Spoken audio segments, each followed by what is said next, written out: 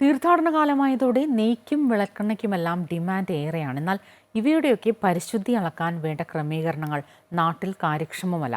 ഈ പോരായ്മ മുതലെടുത്ത് അനധികൃത മൃഗക്കൊഴുപ്പ് സംസ്കരണശാലകൾ പെരുകുകയാണ്. വെട്ടുനെയ്യ് ചേർത്തുള്ള പലഹാരങ്ങളും മാരക രോഗങ്ങൾക്ക് കാരണമാകുന്നു.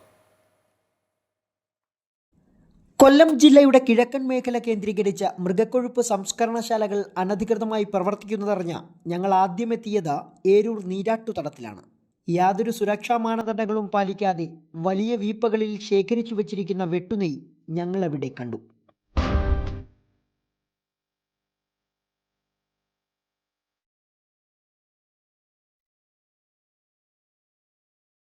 വൈദ്യുതിയിലും പ്രാചീന രീതിയിലും നെയ്യുൽപാദനം ഇവിടെ നടന്നിരുന്നതായി വ്യക്തം. അനധികൃത നെയ്യുരുക്ക് കേന്ദ്രത്തിൽ വൈദ്യുതി ലഭിച്ചത് എങ്ങനെയെന്നതിലടക്കം ദുരൂഹതകൾ ഉയർന്നിരുന്നു. പരാതികൾ പ്രളയം പോലെ എത്തിയപ്പോൾ KSEB മുഖം രക്ഷിക്കാൻ വൈദ്യുതി വിച്ഛേദിച്ചതുകൊണ്ട് നൽകിയ നോട്ടീസും ഞങ്ങളവിടെ കണ്ടു. മുൻ കളക്ടർ അഫ്സാന പർവീൺ സ്ഥലത്തെത്തി പരിശോധന നടത്തി പൂട്ടിച്ചതാണിതെങ്കിലും ഉൽപ്പാദിപ്പിച്ച വെട്ടുനെയ്യിലേറെയും വിപണിയിലെത്തിക്കഴിഞ്ഞു. കിലോമീറ്ററുകൾ മാത്രം അകലെ വമ്പൻ സെറ്റപ്പിലുള്ള മറ്റൊരു നെയ്യുരുക്ക് കേന്ദ്രവും ഞങ്ങൾ കണ്ടു. പഞ്ചായത്തിൽ നിന്നടക്കം യാതൊരു അനുമതിയും കൂടാതെ 11 കോടിയിലേറെ രൂപ ചെലവഴിച്ചാണ് ഈ ഫാക്ടറി ഇവിടെ സ്ഥാപിച്ചത്. സമീപത്തെ അനധികൃത മാലിന്യ സംസ്കരണ കേന്ദ്രത്തിലേക്ക് എത്തുന്ന അറവു മാലിന്യത്തിൽ നിന്നുമാണ് മൃഗക്കൊഴുപ്പ് ഇവിടെ ശേഖരിച്ചിരുന്നതെന്നും ആക്ഷേപമുണ്ട്. പ്രദേശത്തെ കാട്ടുപന്നികളെയും ഇതിനായി ഉപയോഗിച്ചിരുന്നതായി പറയപ്പെടുന്നു.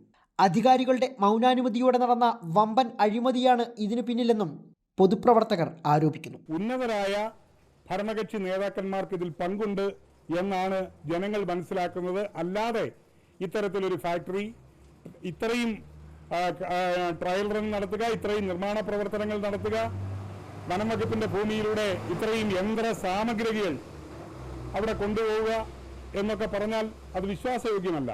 ഇവിടെ ഉൽപ്പാദിപ്പിക്കപ്പെട്ട ഈ കൊഴുപ്പുകൾ അത്രയും നെയ്യും വിളക്കെണ്ണയും ഒക്കെയായി വിപണിയിലെത്തിയതിനു പുറമെ ബേക്കറികളിലെ പപ്സ് ഉൾപ്പെടെയുള്ള പലഹാരങ്ങളിലും ഉപയോഗിച്ചിരുന്നതായും വിവരമുണ്ട്.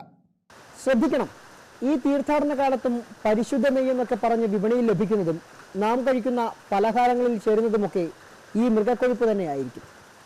പ്രതിപാളത്തുകളിനൊപ്പം സുജിത് സുരേന്ദ്രൻ, അമൃത ന്യൂസ്, കൊല്ലം.